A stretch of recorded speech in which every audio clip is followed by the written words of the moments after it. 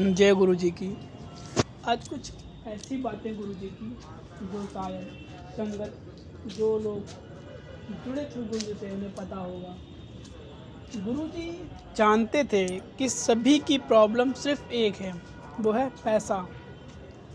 क्योंकि लोगों की ज़िंदगी में भाग दौड़ सिर्फ इसलिए है, पैसे के लिए। तो गुरु जी ने सभी संगत के लोग जो पुराने जुड़े हुए होंगे, जिन्होंने वास्तव में गुरु जी के वचन सुने थे, गुरु जी हमेशा कहते थे कि तैयार रहो, तैयार होके आओ। तैयार का मतलब ये था अच्छे से तैयार होना, मतलब दरिद्रता को दूर करना। एक बार एक अंकल जी ने गुरु से पूछा कि गुरु जी मैं तो तैयार हूँ, और आप तैयार होके ही बोलते हो, मैं आपके यहाँ आता हूँ तैयार होके आता हूँ। गुरु जी ने कहा कि तैयार होना इसलिए ताकि बढ़िया से अच्छे से कपड़े पहनना, चमक दमक। क्योंकि पता क्यों, आपने देखा होगा गुरु जी के जो बढ़िया बढ़िया कुर्ते, ये जो गुरु जी की शेरवानी थी अच्छी अच्छी होती थी, शाइनिंग। क्योंकि गुरु जी नॉर्मल कपड़े बहुत कम पहने दिखाई पड़े होंगे सत्संग में। ये आज जो लोग सत्संग करते हैं, तो जो लोग चोला लेके जाते हैं गुरु जी का, तो देखा होगा कि वो भी शाइनिंग करता हुआ है, न्यू कपड़ा। क्योंकि गुरु जी ने कहा था कि दरिद्रता वो चीज़ है जो सिर्फ गरीबी को ही बुलाती है, और चाहे वो कितना बड़ा ही विद्वान क्यों ना हो, लेकिन अगर दरिद्र है ना, तो वो सिर्फ गरीब ही रहेगा। क्योंकि दरिद्रता जो है वो गंदगी, गरीबी का ही आवाहन करती है, बुलाती है वो। और दरिद्रता दो जैसी चीज़ होती है, एक सामने सूट पैंट पहना और एक मन के अंदर की गंदगी। लोग जो सत्संग या गुरु जी को जाते सेवक लोग, वह सभी लोग कपड़े अच्छे पहन के आते थे, लेकिन मन में गंदगी होती थी। क्योंकि गुरु जी ने कहा कि सुदामा को देखो, भगवान श्री कृष्ण के परम मित्र, सिर्फ चने जो गुरु माता ने दिए थे और सुदामा ने अकेले ही खा लिए थे। सुदामा को इतनी गरीबी आई कि फटे नुटे कपड़े, पोटली में लेके चावल गए, वो भी मांग कर। तो जब एक गंदगी तुम्हारी भगवान श्री कृष्ण ने दूर नहीं कर पाई, क्योंकि मित्र थे जो बाद में, जिन्होंने अपने कर्म का पूरा सिस्टम भरा, तो फिर मैं कैसे? तो पहले खुद को सुधारो, बाकी तो कृपा आएगी आएगी। तुम ये सोचो कि मेरे पास सब कुछ हो, मैं दूसरे को नीचा दिखा सकूं, नहीं। अगर ऐसी सोच ही तुम्हारी है ना, तो तुम्हारा इस संसार में कुछ भी नहीं हो सकता। क्योंकि जिसको तुम चाहते हो नीचे दिखाना, अरे वो भी तो ईश्वर से जुड़ा हुआ है। हम सभी प्राणी जीव जंतु जितने भी लोग हैं, सभी में एक बराबर ही आत्मा है, बस शरीर का साइज अलग अलग है।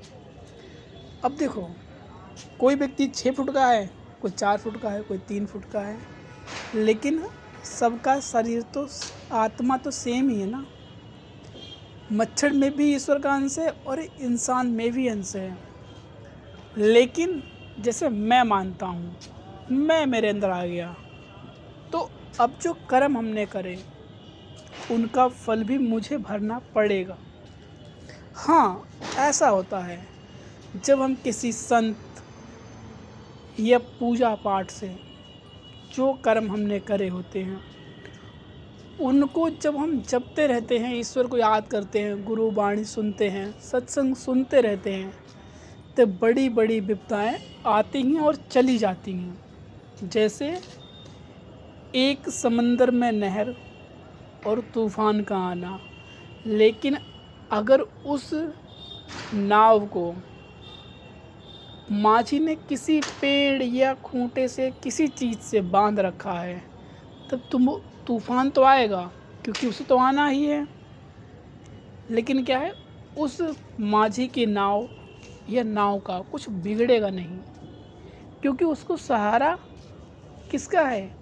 उसको सहारा उस पेड़ पौधे खूंटे वगैरह का है, जिसकी सपोर्ट ले रखी है उसने। ऐसे ही हमारा जीवन है, दुख भी आएगा सुख भी आएगा, टिकेगा तो कुछ भी नहीं। चाहे तुम कुछ भी कर लो। गुरुजी ने कहा जो आज है वो कल नहीं होगा, लेकिन जो कल होगा वो परसों नहीं होगा। हर क्षण में कितने लोग आते हैं, कितने जाते हैं, कितने लोग रोते हैं, कितने लोग हंसते हैं, लेकिन अगर तुम्हें किसी का सहारा है, तुमने अगर एक सहारा मान लिया कि हमारी सब दिक्कतें गुरुजी के दरबार से दूर होंगी, तब बस अब चाहे कितनी भी दिक्कत आए तो तुम्हें वहाँ से लाभ मिलेगा ही मिलेगा। अगर तुम्हारे मन के अंदर ही संतुष्टि नहीं है तो सामने वाला कुछ भी कर ले, वो कुछ कर सकता ही नहीं। हनुमान जी को पूरा भरोसा था कि भगवान राम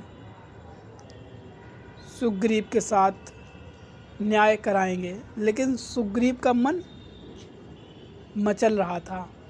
जब बाली के सामने गए, वो बाली को मार नहीं पाए, तब उनके अंदर की भावना उत्पन्न हुई।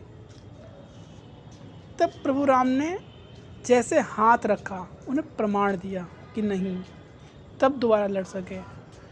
भविष्य के कहने पर जैसे उन्होंने कहा राम कहाँ है तुम्हारे अंदर, तब हनुमान जी ने सीना चीर के दिखा दिया।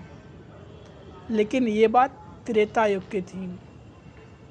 अब अगर तुम्हें विश्वास है तो ही तुम्हारे अंदर भक्ति और तुम्हें वो सब संतुष्टि मिल सकती है इस संसार में। लेकिन अगर तुम्हें किसी पर विश्वास ही नहीं है तो किसी को क्या दिक्कत है कि तुम्हें संतुष्टि दे वो। तुम भगवान को नहीं मानते, मत मानो, भगवान तुमसे कहने नहीं आएंगे हमें मानो, क्योंकि कर्म तुम्हारे हैं और कर्म तुम खुद करते हो, और उनका जो परिणाम, जो फल, अच्छा या बुरा, वो तुम्हें ही मिलेगा। लेकिन हाँ, अगर तुमको सहारा है तब अच्छा कर्म करोगे, उसका भी फल मिलेगा।